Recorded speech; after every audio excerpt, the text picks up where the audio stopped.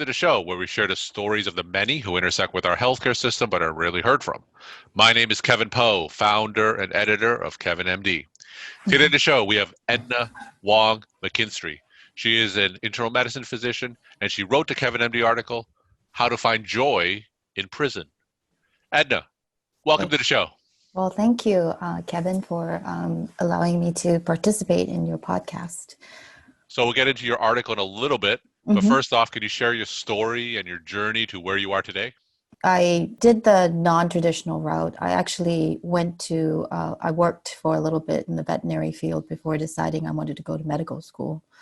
So I joined my cohort and I was a fair bit older than the rest of them. I also went to school in the Caribbean. So that was another non-traditional route. It was interesting. I wouldn't say I would repeat it again, but it taught me a lot of lessons, like how to study for an exam when there's no electricity. Then here I am. I went to residency at the University of Arizona, where I was based for a majority of my adult life, and then stayed on for 3 years to work in a clinic there, and then decided I have a little bit of wanderlust and wanted to travel and see different things. So I actually joined the locums industry, and that has afforded me a lot of good opportunities. So here's where I am. Tell me a little bit about your practice and the patients you see. I work mainly prior to coronavirus hitting, and a lot of practices, a lot of hospitals had declining numbers. I'm actually a hospitalist, so I work mainly in the inpatient acute setting, much like any hospitalist would do. It's typically a 12-hour day, seven days off, 7 days off sort of thing. But I get to choose when and where I work. That's the difference. We're speaking in the beginning of January now, and tell me what kind of patients you're seeing and some of the challenges that you're facing currently. Oh, good question. So when the coronavirus hit sort of in March, I saw the writing on the wall because our numbers were coming down, and we're as a locum sort of fill-in position, we're the first ones to go. And a lot of my contracts actually canceled last minute. So I was pretty much scrambling to see what I can do to pay my mortgage and my student loans. So this opportunity at the prison came up. I was actually recruited through one of the job sites. And I said, well, what are interesting sort of job? I never knew anything like that existed. And I'm actually don't regret actually joining the prison system. It's a lot of challenges. The patient population, I'd say, would be the Medicaid population. Some offenders are, and we do call them offenders. Some offenders are white collar crimes, so they're a little more well-to-do, but that's not very common. And the particular challenges would be, medication compliance, diet compliance, a lot of the structural rules and regulations we have to work within. Like, for example, a diabetic who is on insulin can't just give insulin themselves because it's a weapon in jail and prison. So we have to give it to them. So those are the challenges. And sometimes they don't show up for their medicines. They don't want the diet we give them. So it's one of those having to work with rules and regulations that impede care, but it's necessary, if you know what I mean, for population safety within the prison population. And so that's where I am right now. So with your background as an internal medicine hospitalist, was it difficult for you to transition to the prison population? It wasn't a smooth transition. I thought a lot of the things that were done in the prison system, they're dictated by not boots on the ground physicians like the ones you see or you hear about working like myself.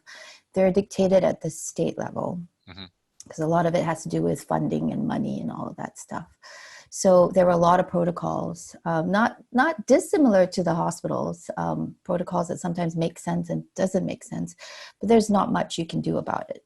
You just have to work. You'd have to be a little bit MacGyverish and work, being creative on how to get the care that is needed. Sometimes it's not always possible, and we don't live in a perfect world. So the challenge it's also a little more slow paced than what I was used to. And when when I joined the prison system is when the pandemic hit. Mm-hmm. It's like June was when I first started, and everything had shut down. There was no prison movement. There was no prisoners. They couldn't come to clinic, just like we're the primary care physicians in the prison population. So just like in the outside world, nobody could go Mm-hmm. to see their primary care physician. We didn't have telehealth. So it was challenging. And it did morph over the months. We ended up having to go to the prisoners. Mm-hmm. So full gown up and all that. So that slower pace where I sat in front of my computer and kind of looked a little lost was hard to adjust. And I'm sort of a go-go sort of person. So that was the biggest challenge. Sort of conforming to the rules and regulations was also another challenge. Now, did you have any training prior to making the transition, or did you have to learn everything on the fly? Yep, learn everything on the fly, which is, I'm good at that. And I've been in the locums industry for like 5 years now. So anything they throw at you, you'd have to roll with the punches. You can't, you're not there to change anything. You're there to fill in a spot. You're sort of, I've decided that I fit very well as a cog in the wheel, even though sometimes it's hard to see yourself as a physician, as a cog in the wheel, but that's the reality of it. So you have to roll with the punches. Yeah. Mm-hmm. So let's talk about your Kevin MD article, Mm-hmm. How to Find Joy in Prison. Mm-hmm. Now, for those who didn't read that article, can you just walk my audience through it and maybe share the Sure. story of why you decided to write it?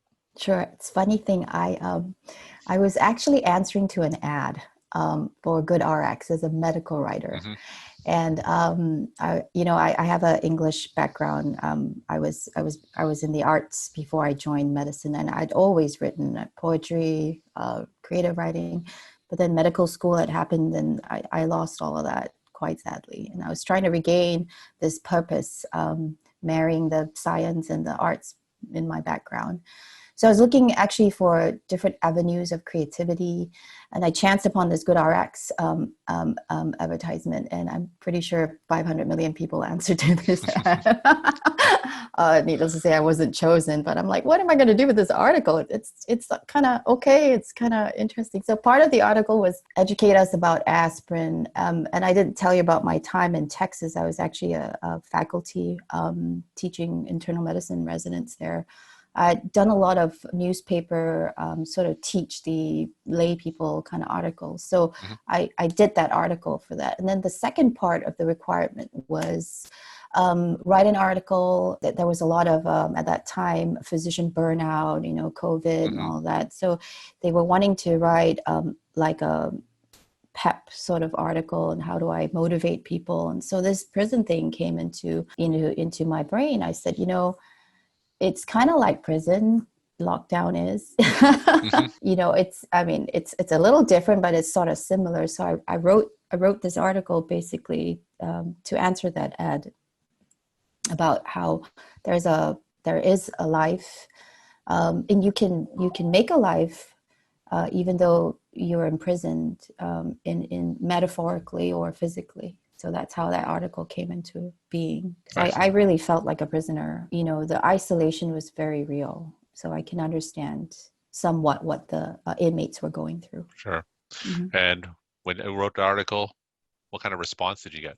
I think people sort of liked it. There were several comments that said it wasn't really like the prisoner's life is not really like the life that I painted. But that's just my perspective. And Sure. Someone else said that this you paint a Martha Stewart like picture of prison life when it's not actually that way. I'm like, oh, okay, it's just my take on things. I wanted to figure out a way of stress relief, because Mm-hmm. I'm sure I wasn't the only one going through a lot of when it first hit, you're to be a responsible physician, you're like, I got to read up on all of this. It kept changing. It was changing second by second. I just couldn't keep up with Sure. all that literature. And at the end of the day, I either go crazy or I find an outlet. And so kind of the article was based on my personal experience as a physician walking through the pandemic. And trying to be responsible in knowing what to advise my patients, what Sure. advise my family. And in the end, it didn't work out very well, because what I found out was regular lay media sends out the information quicker than science can catch up on, and we're always the bad guy, right? And it's not always the case because they don't particularly understand how rigorous the scientific method is, and that how we have to fact check and check back and all of that. And we couldn't do it in a pandemic situation. So the article led to me realizing that everybody needs an outlet. Everybody needs to pause for a little bit. And it's just mental health. It's just, I don't know, it was either that or something drastic needed to happen. And I didn't want to quit medicine at that time because that would be the drastic measure. Yeah. So I want to go back and talk about your experience working with the prison population. Can you describe how the pandemic has affected the prison population? In terms of operations, and I'm going to be very general because I'm pretty sure I'm bound by some gag order at the state level. So in generally speaking, their operations had changed. Used to be they would freely come to clinic. It's just like how you would go to your primary care physicians. They have a complaint, my foot hurts, my head hurts, whatever. They come to clinic and they get seen. People who work in prison, they're not, there's no personal relationship. You can't pick a physician because that leads to, prisoners can get what they want if they see one particular prison. So their operations changed. Where now they had to be accompanied by a prison. They don't like themselves to be called guards, so they're prison officers. We couldn't move prisoners out for their mammograms, their chemotherapy, for example, or testing that the prison system couldn't themselves achieve. The prison where I work at, it's actually pretty self-contained. It's really fantastic. I never realized that it existed this way, and I'm pretty sure there are other prison systems in the country. So we have our own MRI machine, we have a CAT scanner, we have a mammography, we have the testing capabilities is just like any clinic, phlebotomy, and then they send out to a reference lab. But we have a lot of things available to us to treat and manage chronic conditions and acute conditions in the prison population, which, as a resident, I never, this is the comment I kept making. I wish I knew. I wish residents could go through just one day in the life of a prison doctor, and all the challenges that they face, because there are so many challenges, not just medical, but medical legal, more so than a regular physician would in a private practice. Prisoners complain about anything. So the operations changed, and so I don't know that amount to delayed in care, because within the structure of prisons health, there's already sort of like layers of delay. Like you have to get approval. You want to send someone out, you have to get approval. And it's approval for everything. So it's almost triple layer worse than insurance, like private insurance, So and this is something that we can't get away from. It's population health in a nutshell, because you're given resources, and there are limited resources, and they're limited resources and they're not marginalized. I wouldn't say that word, but they are inmates. They have broken the law, so the resources are there, but they're limited. So we have to make good use of the resources that we have. And that's why there's so many layers of, mom, can I do this? Dad, can I do this? You have to ask for a lot of permission. So that the pandemic sort of made it a little more complicated, because if they can't go out for their treatments, it means that it gets delayed, and then there's another set of rescheduling, et cetera, et cetera. So it's just the way it is. It's not anything good or bad. It's just, working within, confines of what you have. And in general, in prisons, like how does things like quarantine work? If someone good question. got exposed to COVID, or someone was diagnosed with COVID, and talk about what quarantine was like, what contact tracing was like, and how rigorous was that in the prison? They try to be rigorous. The issue with, it's such a confined space, right? So obviously the prisoners get to go out into the community for testing. So they do go to their neurology visits, their whatever cardiology visits. So that's one avenue where they can and potentially can catch the virus. The other avenue is us. who all those who work in the prison, me included, staff, the cleaning staff, the prison officers, they transition back and forth, and they can bring COVID in too. So the other part was that we're sort of an intake center. We process a lot of the inmates. And so that's another avenue. So inmates from jail, or they just were arraigned, they come in through the system and they get processed. In the beginning, I think there was a hesitancy, I wouldn't say reluctance, just because of the limited amount of information we've had available about testing, and that testing was not readily available. Remember the good old, it's been already almost a year, less than a year, but if you remember, we were trying to scramble about how our supply source, where we're going to get. So testing wasn't widely done in the prison system because of that limitation. And it morphed throughout the time of the pandemic. It did change to where my superiors had actually advocated for mass testing. So it makes sense. Why can't we just test everybody? And then we take the positives, we sequester them, and eventually that, like I said, layers of complexity. Eventually months rolled around, and then it came into being where now they mass tested. So if you came in through intake, that means you're a fresh new prisoner, and you test positive, you get sequestered. Sorry, I take that back. You get sequestered for the 14-day quarantine as an intake, as a brand new prisoner. Sure. If you're in the prison system and you already have, we tested and you're positive, you get sequestered too. They go into a separate housing unit where they're in cells like you see on TV. I don't know. I can't comment much about the contact tracing. It's above and beyond my pay grade. Sure. And I think I'm on a need-to-know basis at this point in time. We're talking to Edna Wong McKinstry. She's an internal medicine physician, and she wrote the Kevin MD article, How to Find Joy in Prison. Edna, for those physicians who are interested in prison medicine, what kind of tips and advice can you share with them? Keep an open mind. Try not to be as rigid as you were in practice in the outside. And just like anything, you have to accept what is there.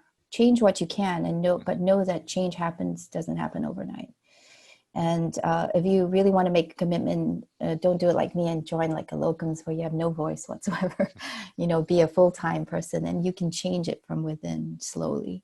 There's a whole population of actually prison doctors, and unfortunately they get a very bad reputation, and I actually don't know why, because I think these physicians, and I have to include the nurse practitioners and the PAs that work within the prison health system, they're, for the most part, they do what they need to do to get things done in the right way, if you wouldn't mind using that word, me using that word. But there are so many limitations. I actually got interested in prison medicine because as one of my locums gig in Missouri, I worked very closely with a prison doctor who sent his prisoners. We were the teaching hospital, so we took in the inmates, and he was phenomenal. He knew the prisoners, and I said, I'm sure he's not the only one. So keep an open mind, and know that don't be harsh as a physician accepting the prisoners from the facilities, because know that there are challenges that sometimes are more medical legal than anything else. So we send people out for chest pain. We send people out for a lot of things because sometimes we cannot manage them legally and medically in the prison, within our system, and that's why we do it.